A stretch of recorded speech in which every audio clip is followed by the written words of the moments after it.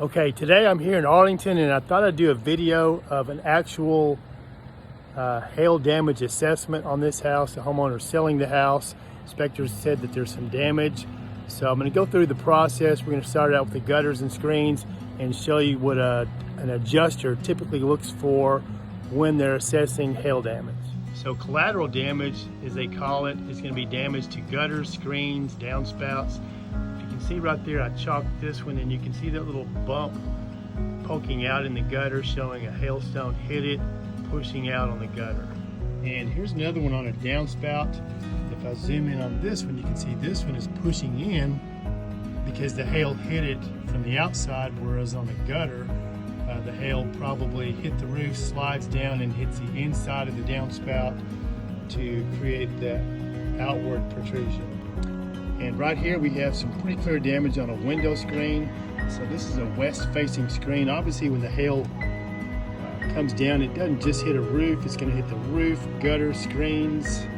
And here's a little shot on the window beading. You can see that little chip right there, so I've got that one chalked as well. So we'll go up on the roof next and see how that looks. Okay, I'm up on the roof now and I've done my test squares on all four slopes. We got them marked east, north, west, and south. You can see we got a good D equals 8 plus. That means 8 hits plus in a 10 foot area. So I kind of zoom on quick. 2 right there. Pretty good shot right there. Pretty good bruise right there.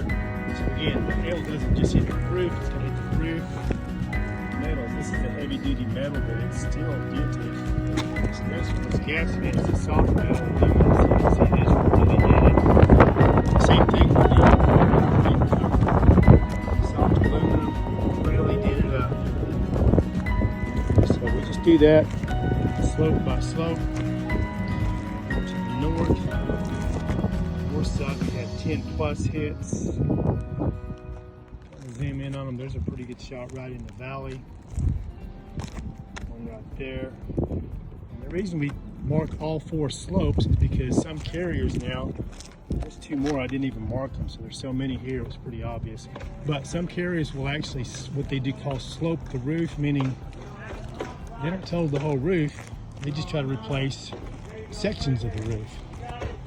So what I'm doing here is documenting damage on all 4 slopes. West slope, same thing, plenty of hits. Very visible damage again on the power vent cover. We're going to move over to the back, south slope.